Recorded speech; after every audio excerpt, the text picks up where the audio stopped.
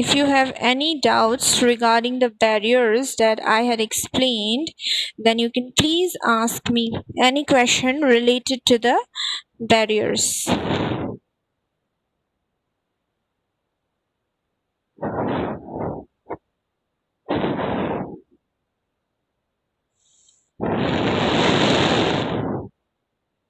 Is there any doubt? Physiological barrier. Okay, physiological barrier is related to the physical disabilities. Okay, when a person is not able to communicate with the other person due to certain physical disabilities, then that barrier is known as physiological barrier. For example, if a person cannot hear, then when the other person tries to communicate with him, he won't be able to communicate properly. If a person has speech disorders, बोलने में अगर problem होती है, ठीक है, तो तब communicate करने में प्रॉब्लम होता है, तो the speech disorder can act as a barrier in the process of communication. Any physical disability can act as a barrier in the process of communication. Or not only physical disability, but certain mental conditions can also be a physiological barrier. It can be a barrier in the process of communication. All right. Suppose a person has lost his memory. If a person has lost his memory, then he won't be able to communicate with his relatives properly because he has lost his memory and he doesn't know the people of his family. So there will be a gap when they try to communicate with one another. I guess I'm clear. Raj Prasad, am I clear? Have you understood?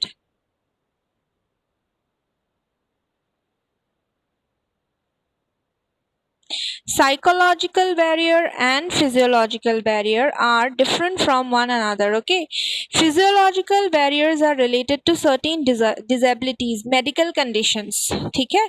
Psychological barriers are related to the limitations of the brain, and physiological barriers are related to disabilities. So physiological barriers are something which stays. Okay, if a person has speech disorder, or if a person is blind, or if a person cannot hear, so this is a medical condition, isn't it? So sometimes there might not be a solution, but in case of psychological barrier, because it is related to the limitations of the human mind, so that is why these barriers, the psychological barriers, can be like overcome. Okay, all right, sure. So I had already shared the notes of how to overcome communication barriers. All right, so I will be discussing about the same now.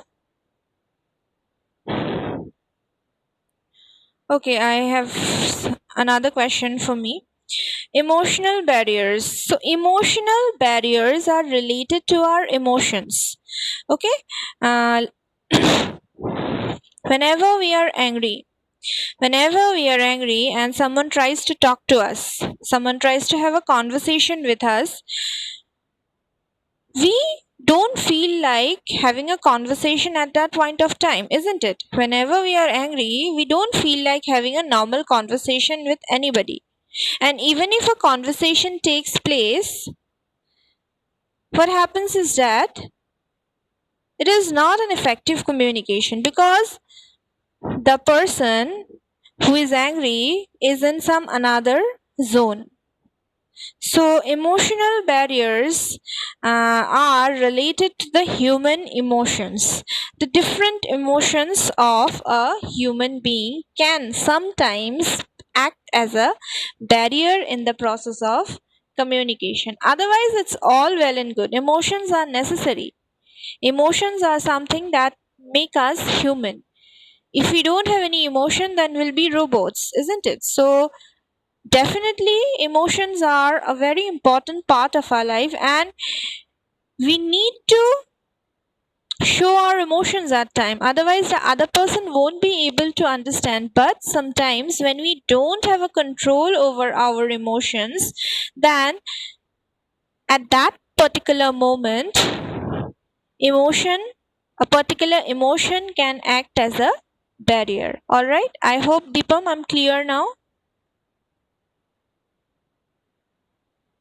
Anger, frustration, depression, these emotions can act as a barrier sometimes in the process of communication.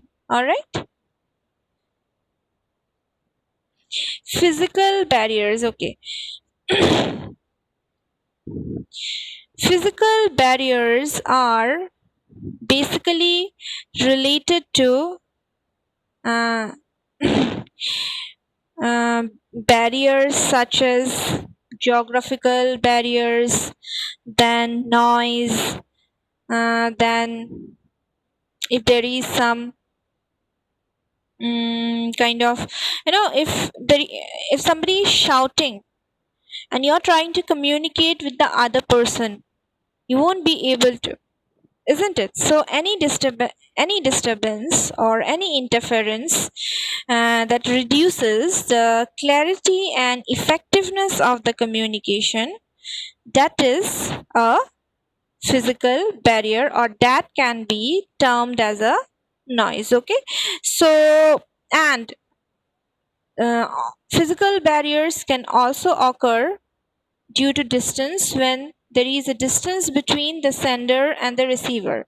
So that particular distance can act as a barrier in the communication process, as the sender cannot directly reach the receiver, and as the sender cannot personally meet the receiver due to the distance. So that's what physical barrier is.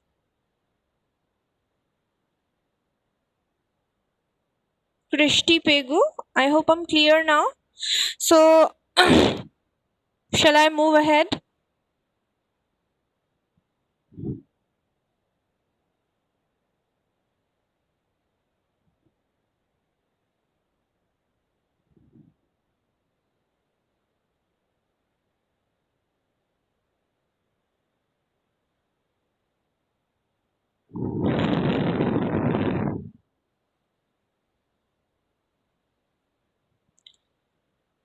So, now I will be discussing how to overcome the communication barriers. So, I had already shared the notes, and it includes 10 points. All right. It includes 9 points. So, these are not only these are not the only ways to overcome the barriers. Okay, these are not the only ways to overcome the barriers. There are several other ways as well, but I have listed a few, I have given a few.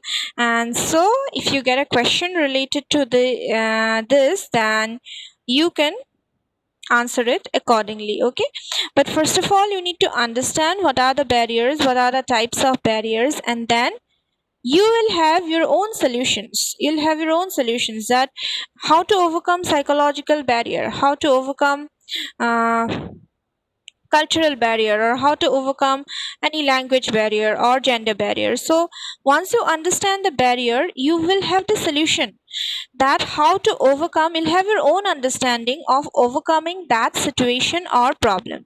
So each and every barrier, each and every situation has its own way of uh, like overcoming it.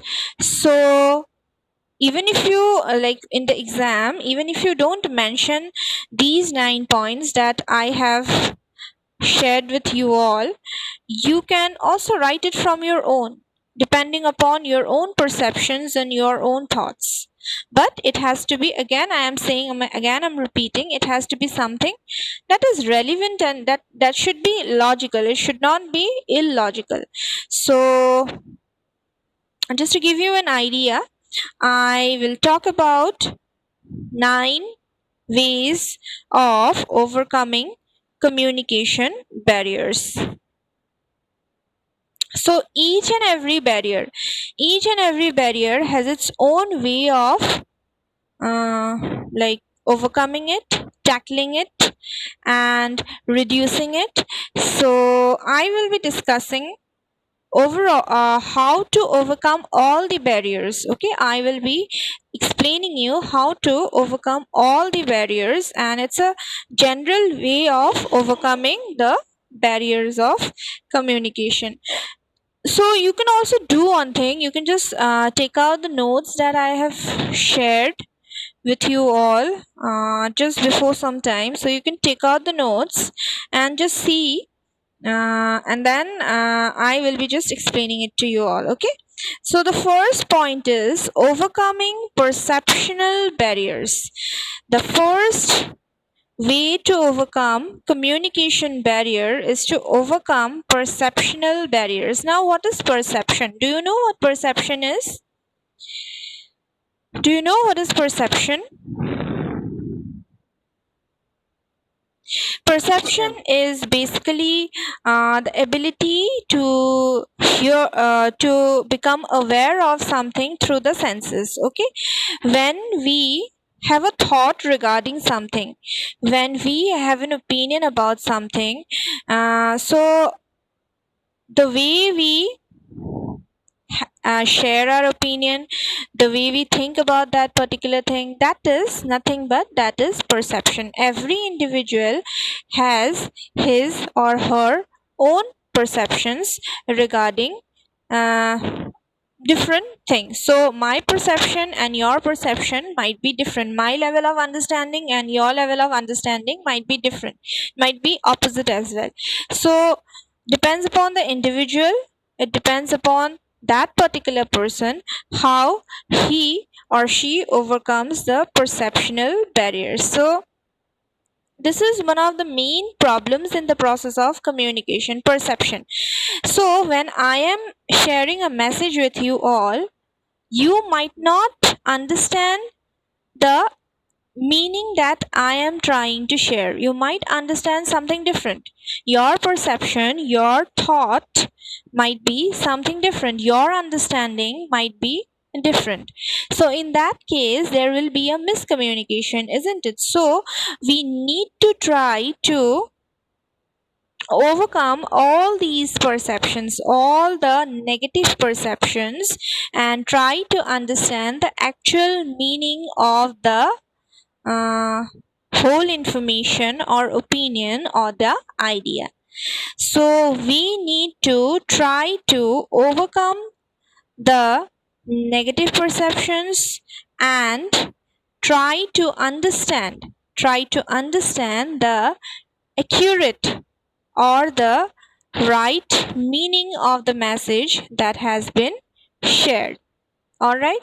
So this is how we can overcome communication barriers.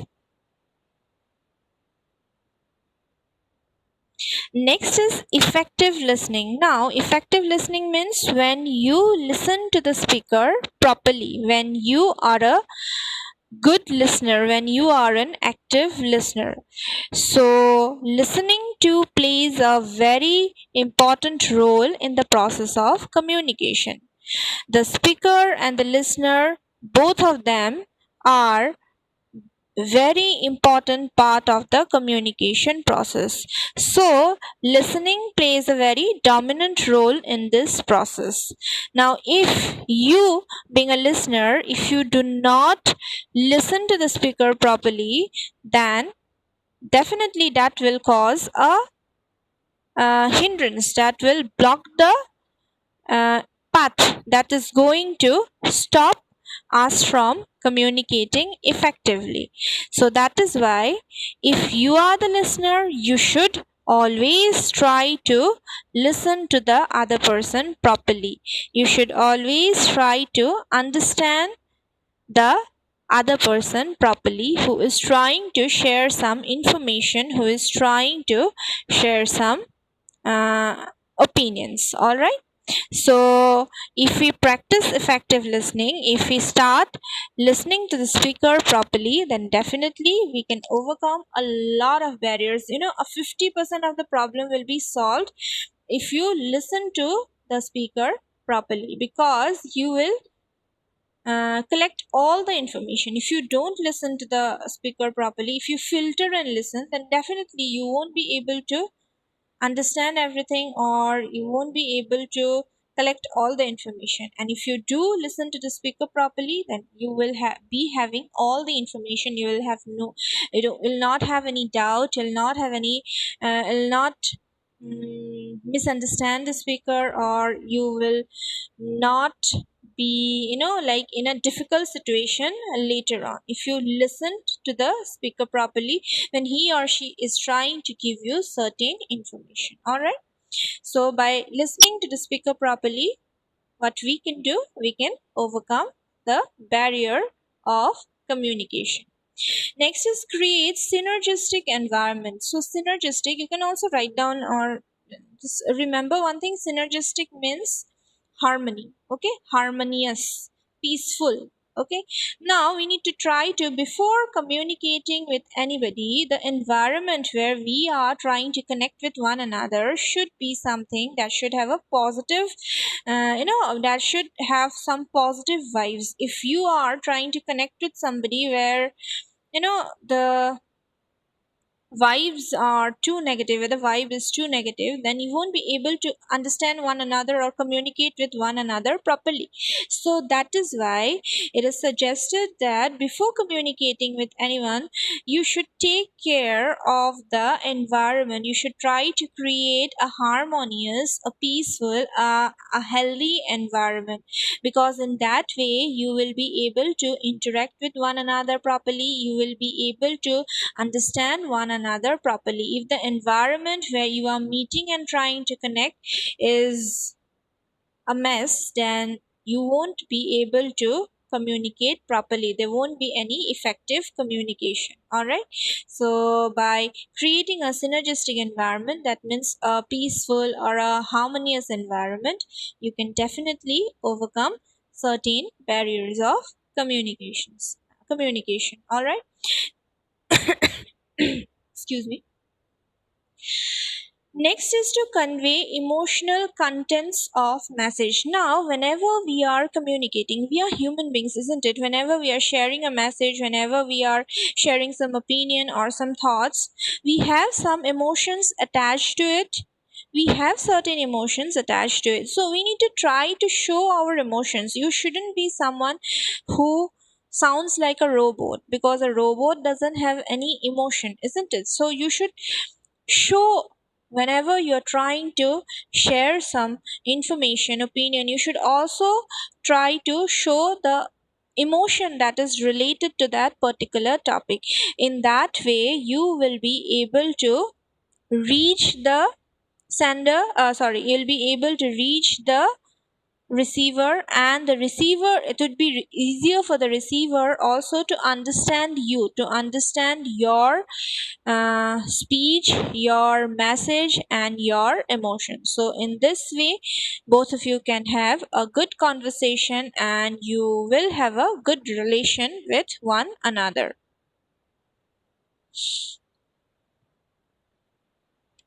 And another important thing is that when you consider the emotional reaction, when you consider the reactions, then whenever the speaker is speaking something, if the speaker considers the reaction of the receiver, then automatically the sender will come to know that whether the message is interpreted as a positive or as negative.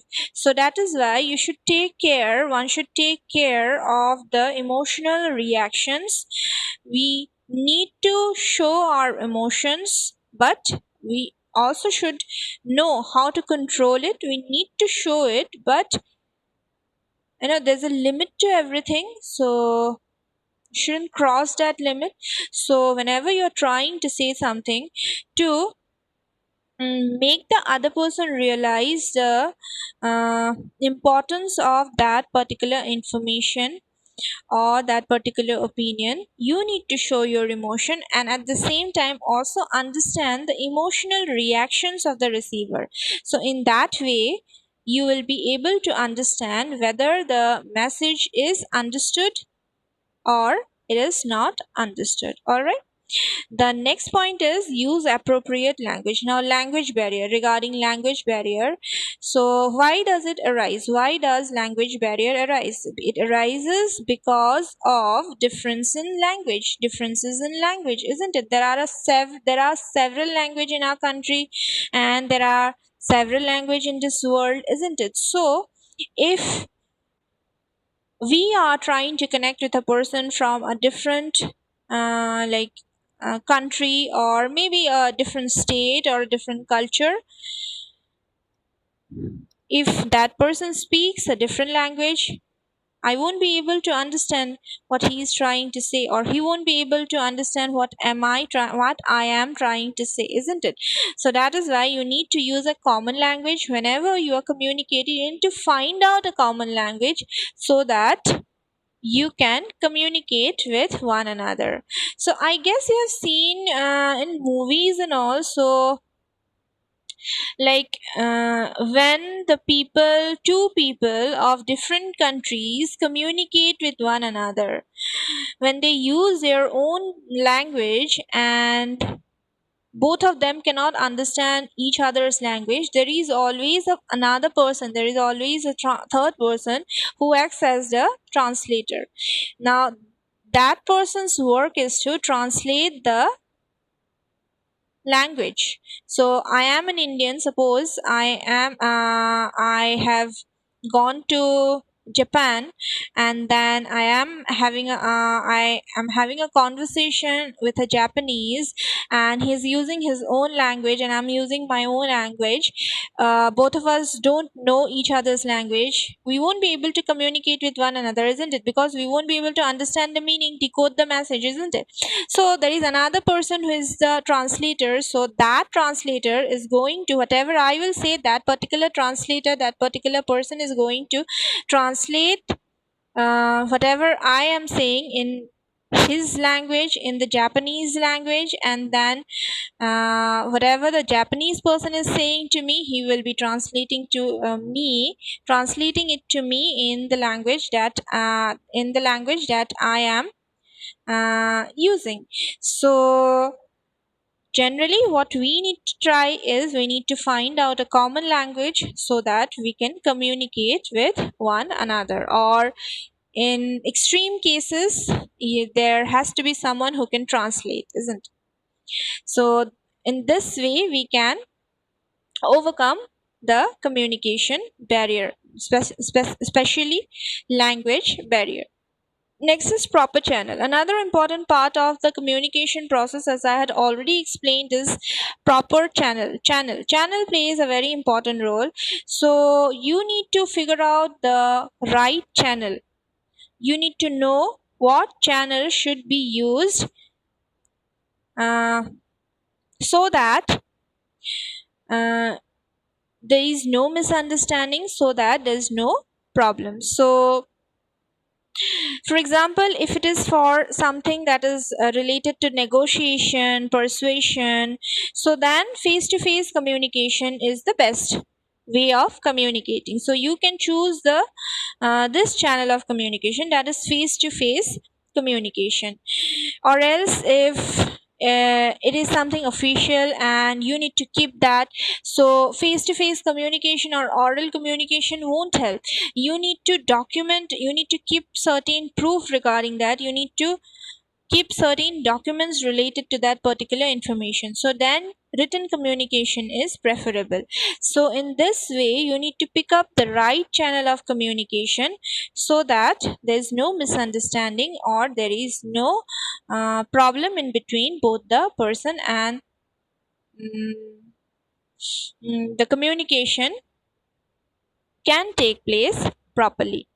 The next is encourage open communication. So this is another important part, is that you need to always encourage open communication. Open communication is to uh, allow the other person to speak. There are people who don't allow the other person to speak. Suppose the boss doesn't allow his employees to speak in front of him. He shares whatever he wants to and then he'll just leave. He doesn't listen to anyone. So that is a close ended conversation. So one has to always encourage open communication where both the parties, the listener can also give their opinion, share their opinions or ideas, and in that way there won't be any differences, there won't be any misunderstanding. Next is to ensure two-way communication. Now two-way communication is something that is said to be an effective process of communication. Why? Because there is always an answer from the other end. Suppose you have messaged your friend and you do not get a response, you do not get any response, that means you don't have any idea whether your friend has understood your message or not, and in that case it's not an effective communication. So you must ensure that the other person replies. You must ask the other person to give a feedback to reply. All right, and the last one, the ninth one, is to make best use of your body language. So now body language also plays a very important role in the process of communication, isn't it? Now you need to take care of your body language whenever you are uh, whenever you are having a face to face conversation, because the other person can see you and your body language can definitely change a lot of things. So that is why you need to take care of your body language, of your body posture, of your gestures and everything. Need to look into it, and you need to take care of it. So that's how we can overcome the barriers of communication. So these are the 9 ways, and by using these 9 ways we can overcome a lot of barriers in the process of communication. So if you have any doubts you can quickly ask me, and I also would like to say you that the meeting is going to end soon. It will be disconnected soon because I already got the message, I already got the warning. So if you have any doubts you can